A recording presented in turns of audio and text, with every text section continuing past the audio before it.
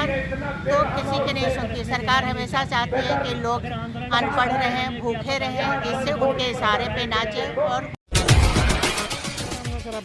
मेरा नाम भानु भारतीय है जी। मैं देश की बात फाउंडेशन का सेंट्रल कोऑर्डिनेटर हूँ। आज हम लोग 26 नवंबर को पटना के गर्दनी बाग में संयुक्त रोजगार आंदोलन समिति के बैनर तले जो है सामूहिक उपवास में बैठे हैं। और ये उपवास जो है पूरे देश में लगभग 200 जिलों में हो रहा है। हम पूरे देश के अंदर एक राष्ट्रीय रोजगार नीति की मांग कर रहे हैं। हम चाह रहे हैं कि बिहार के अंदर भी एक रोजगार नीति का कानून पास हो।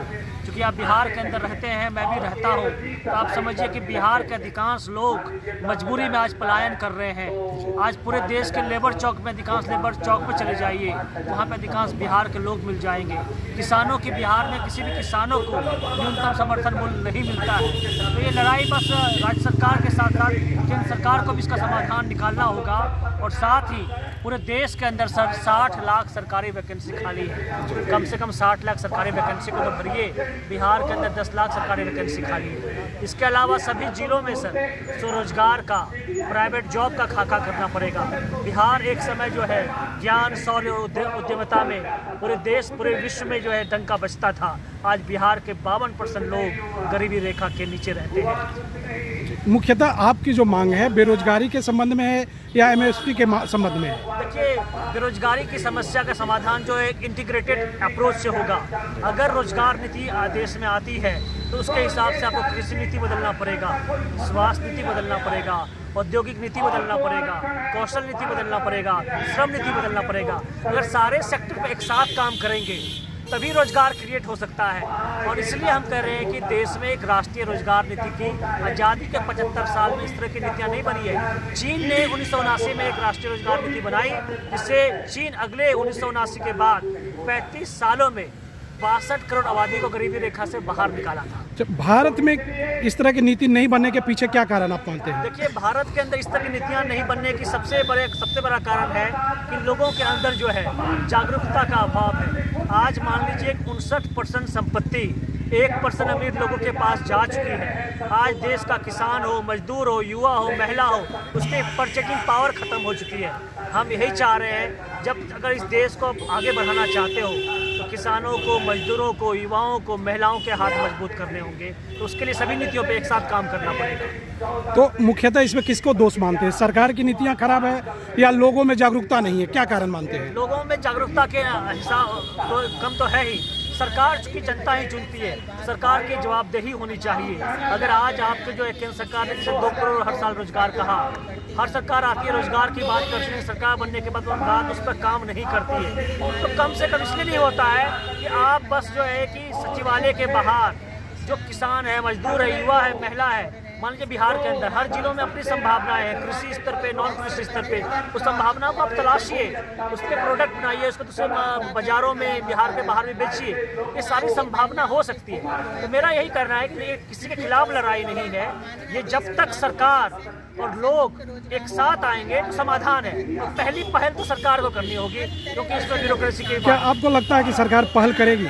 अभी तक सरकार की जो बैकग्राउंड रही है उसमें आंदोलनों को नहीं मानती है। अभी तक तो मैंने जो 75 साल में नहीं कही, निराशाजनक है। लेकिन मैं चूंकि इसलिए कह रहा हूँ, मैं आज से लगभग कुछ सालों के बाद इस दुनिया में नहीं रहूँगा, लेकिन भारत रहूँगा। जब तक मेरे सांस में अगर मानो की जान है तो मैं कोशिश कर रहा हूँ। शायद मानो कि कल भविष्य में और भी जो बेहतर कोशिश करेंगे। अगर समाधान निकलेगा तो ठीक है, नहीं तो मैं मान लूँगा कि देश की और जो मेरे समय की नीति थी। थैंक यू जी। मेरा नाम संतोष कुमार है जी। क्या मांगे हैं सर, किस लिए आप धरना पे बैठे हैं? हम लोग देश की बात फाउंडेशन की तरफ से संयुक्त रोजगार आंदोलन समिति, और हम लोग का मांग है कि हर वर्ग, चाहे वो युवा हो या युवा से ऊपर भी हो, सभी लोगों को रोजगार की ज़रूरत है। और आज देखते हैं कि 10,000 की नौकरी के लिए भी कितनी दूर जाना पड़ता है। और जिनके पास रोजगार नहीं है, हमने देखा है कि कितने दर दर भटकते रहते हैं, और उनके बच्चे, परिवार और ठीक से इस महंगाई में पल नहीं पाते हैं। तो मेरा यही कहना है कि एक आसान और स्वरोजगार की एक प्रक्रिया हो ताकि सब लोगों को एक रोज़गार मिले, वो जी सके इस महंगाई में, दर दर की ठोकरें नहीं खा सके। हमारा यही मांग है सरकार से, और जो भी लोग हैं ऐसा नीति बनाए कि हर लोगों को रोज़गार, जैसे रोज़गार गारंटी कानून आया उसी तरह से एक रोज़गार नीति होनी चाहिए, सहज सुलभ सब लोगों को रोज़गार। प्रीति सिंह, स्टेट कोऑर्डिनेटर देश की बात फाउंडेशन बिहार। आप लोग हड़ताल पे बैठे हैं, तो क्या लगता है कि सरकार सुनेगी? सरकार हम लोग सामूहिक उपवास पर बैठे हैं, जिसमें बहुत सारे संगठन के भी लोग शामिल हैं। क्योंकि आज संविधान दिवस है तो उन लोगों को कहीं और भी जाना था। सरकार तो किसी की नहीं सुनती। सरकार हमेशा चाहती है कि लोग अनपढ़ रहें, भूखे रहें, जिससे उनके इशारे पे नाचे और उनके भीख पर पले।